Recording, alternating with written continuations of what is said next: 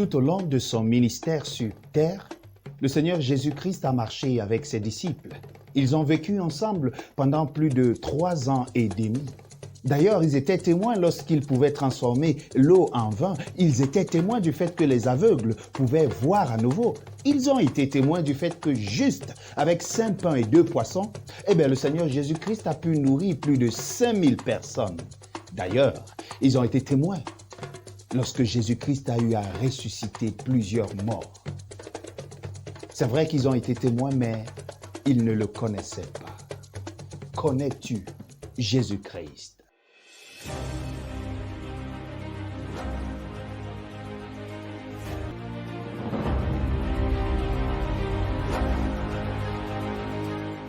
Le titre de notre méditation aujourd'hui est « Connais-tu le Seigneur Jésus-Christ » ? Connais-tu le Seigneur Jésus-Christ? Vous savez, la connaissance est le pouvoir, nous a-t-on dit. Lorsque vous avez la connaissance, vous êtes au-dessus de ceux qui sont ignorants. L'analphabète du 21e siècle est celui qui ne sait utiliser l'outil informatique. Je dirais que l'analphabète du 21e siècle est celui qui ne connaît pas Jésus-Christ. Connaître, c'est naître avec l'objet de sa connaissance. Connaître, c'est être intrinsèquement lié avec l'objet de sa connaissance.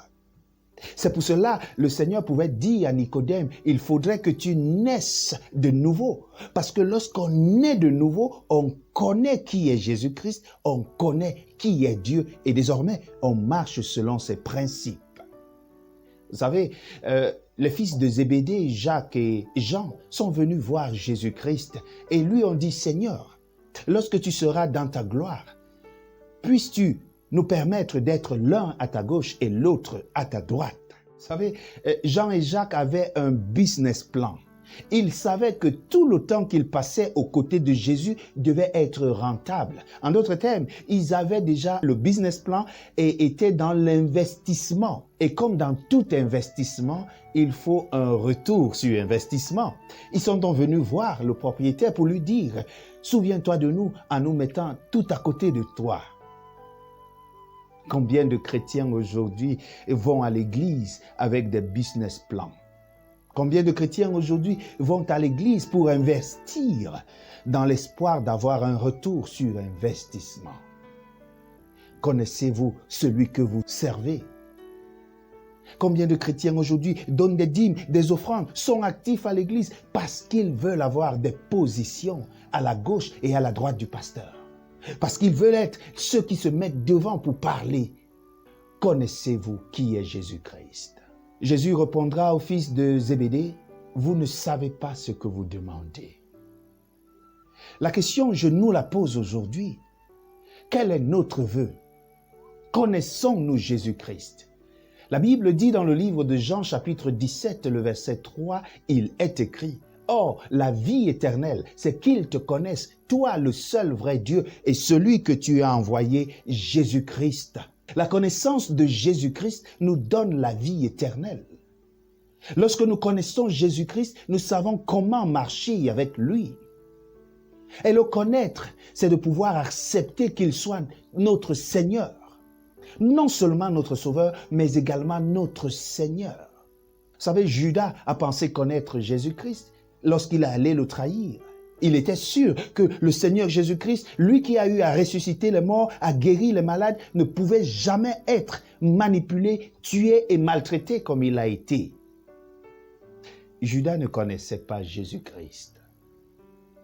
L'apôtre Pierre, lui aussi, il ne connaissait pas Jésus-Christ parce que lorsqu'il disait « je vais aller combattre avec toi jusqu'à la mort », ah non, il n'espérait pas que Jésus puisse aller jusqu'à la mort.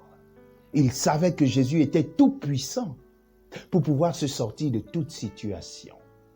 Jean et Jacques ont pensé que Jésus était un politicien démagogue vers qui on pouvait aller choisir des places. Ah, ils ne connaissaient pas Jésus-Christ. Les Israélites pensaient que Jésus, le Messie, allait arriver avec toute une armée pour les délivrer du joug romain. Finalement, Jésus est né dans une étable. avec des bêtes de somme. Il est mort comme un brigand. Les Israélites ne connaissaient pas qui était Jésus-Christ.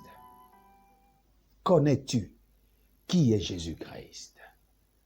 Je prie le Seigneur afin qu'il puisse se révéler à toi et que tu puisses le connaître tel qu'il est. C'est ainsi que tu pourras vivre une vie pleine et abondante. Si tel est le cas, fais cette prière avec moi. Dieu notre Père, longtemps nous t'avons ignoré, longtemps nous avons pensé te connaître. Mais aujourd'hui, Seigneur, tu nous enseignes. À moins que tu ne te révèles à nous, il nous est impossible de te connaître. Seigneur, donne-nous la grâce de te connaître afin de vivre une vie abondante. En Jésus-Christ. Amen. Vous savez, mes frères, le Seigneur est prêt et il frappe à votre porte. Il voudrait vivre avec vous. Il voudrait vivre dans votre cœur qui est son temps. C'est ainsi que vous pourrez mieux le connaître et mieux vivre avec. Qu'il en soit ainsi dans ta vie. Shalom.